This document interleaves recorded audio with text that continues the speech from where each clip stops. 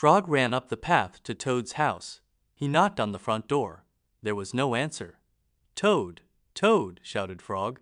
"Wake up, it is spring." "Blah," said a voice from inside the house. "Toad, Toad," cried Frog. "The sun is shining. The snow is melting. Wake up." "I am not here," said the voice. Frog walked into the house. It was dark. All the shutters were closed. "Toad, where are you?" called Frog. "Go away," said the voice from a corner of the room. Toad was lying in bed. He had pulled all the covers over his head. Frog pushed Toad out of bed. He pushed him out of the house and onto the front porch.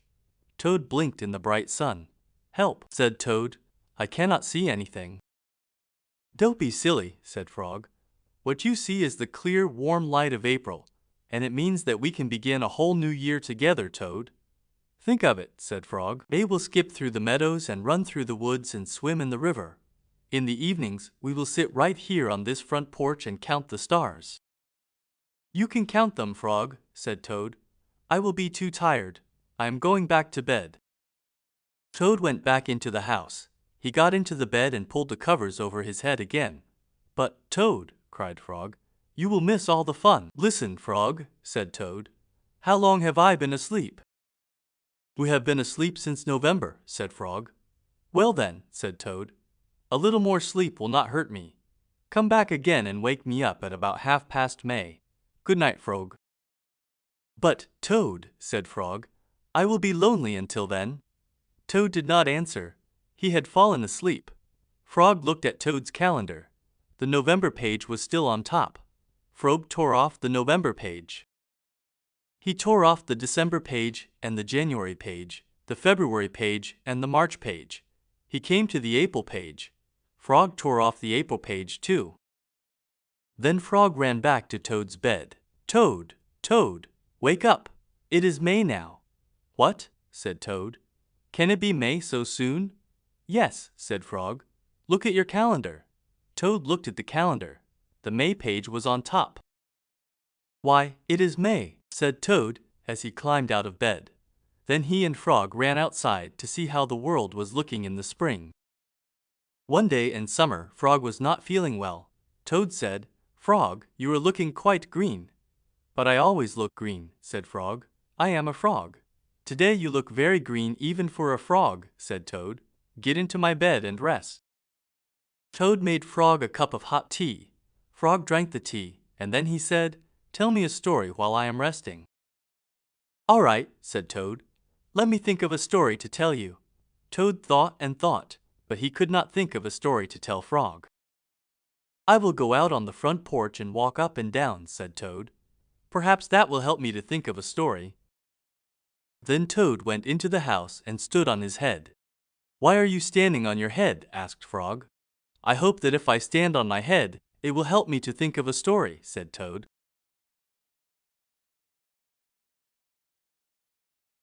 Then Toad poured a glass of water over his head. "Why are you pouring water over your head?" asked Frog. "I hope that if I pour water over my head, it will help me to think of a story," said Toad. Toad poured many glasses of water over his head, but he could not think of a story to tell Frog.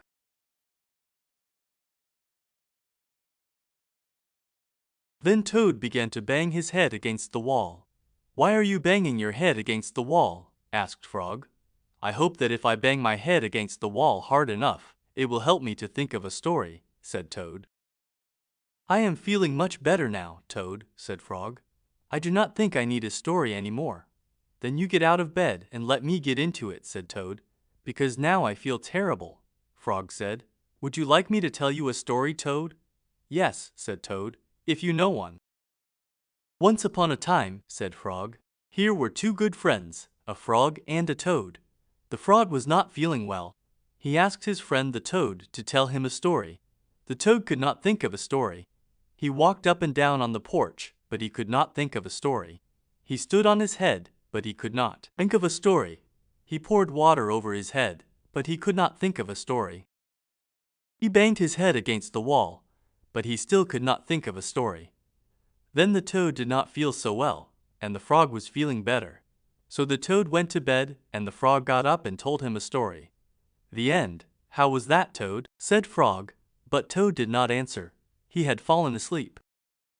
Toad and Frog went for a long walk. They walked across a large meadow. They walked in the woods. They walked along the river.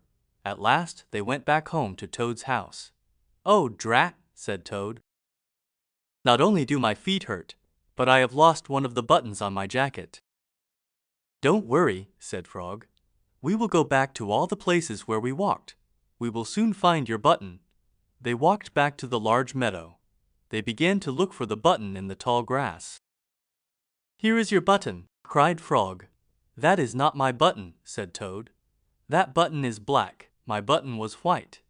Toad put the black button in his pocket. A sparrow flew down. "Excuse me," said the sparrow. "Did you lose a button?" "I found one." "That is not my button," said Toad. "That button has 2 holes. My button had 4 holes." Toad put the button with 2 holes in his pocket. They went back to the woods and looked on the dark paths. "Here is your button," said Frog. "That is not my button," cried Toad. "That button is small. My button was big." Toad put the small button in his pocket. A raccoon came out from behind a tree. "I heard that you were looking for a button," he said. "Here is one that I just found," wailed Toad. "That button is square. My button was round." Toad put the square button in his pocket. Frog and Toad went back to the river. They looked for the button in the mud. "Here is your button," said Frog. "That is not my button," shouted Toad. "That button is thin. My button was thick." Toad put the thin button in his pocket. He was very angry. He jumped up and down and screamed, "The whole world is covered with buttons, and not one of them is mine." Toad ran home and slammed the door. There, on the floor, he saw his white, 4-holed, big, round, thick button. "Oh," said Toad, "it was here all the time. What a lot of trouble I have made for Frog." Toad took all of the buttons out of his pocket. He took his sewing box down from the shelf. Toad sewed the buttons all over his jacket. The next day, Toad gave his jacket to Frog. Frog thought that it was beautiful. He put it on and jumped for joy. None of the buttons fell off. Toad had sewed them on very well. Toad and Frog went down to the river. "What a day for a swim," said Frog. "Yes," said Toad. "I will go behind these rocks and put on my bathing suit." "I don't wear a bathing suit," said Frog. "Well, I do," said Toad.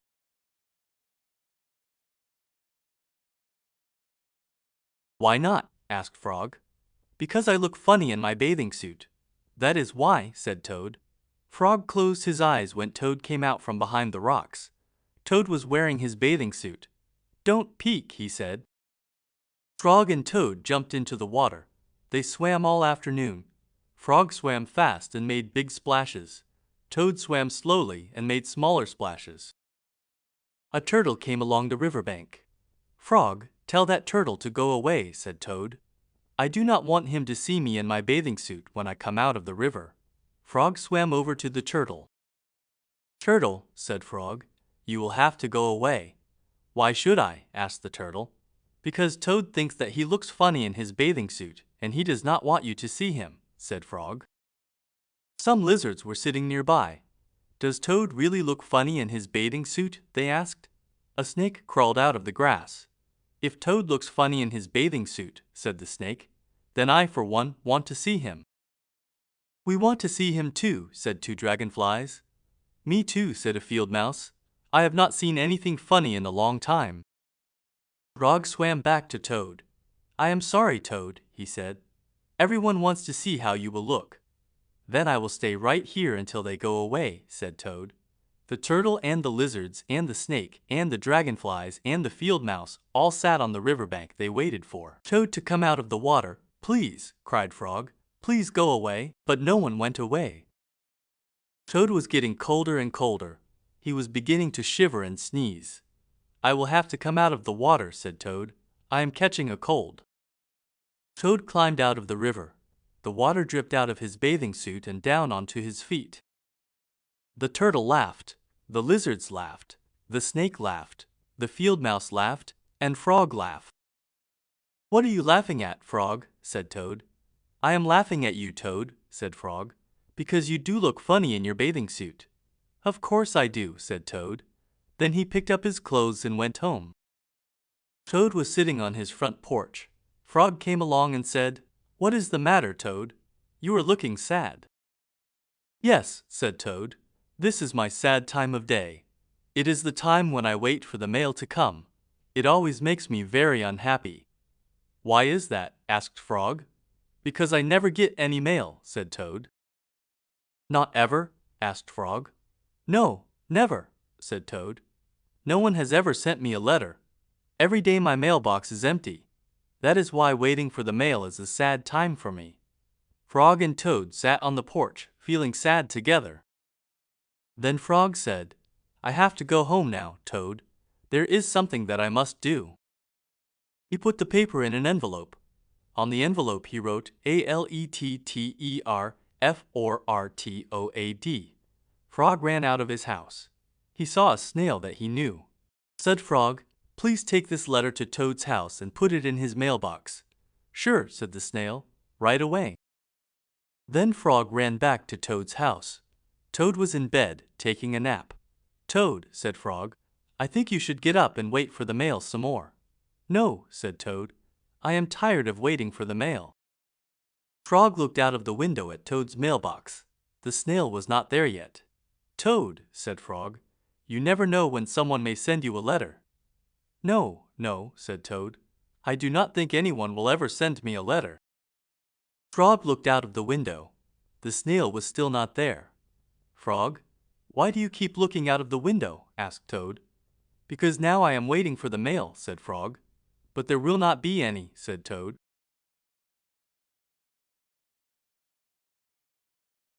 "Oh yes, there will," said Frog, "because I have sent you a letter." "You have?" said Toad. "What did you write in the letter?" Frog said, "I wrote, 'Dear Toad, I am glad that you are my best friend, your best friend, Frog.'" "Oh," said Toad, "that makes a very good letter." Then Frog and Toad went out onto the front porch to wait for the mail.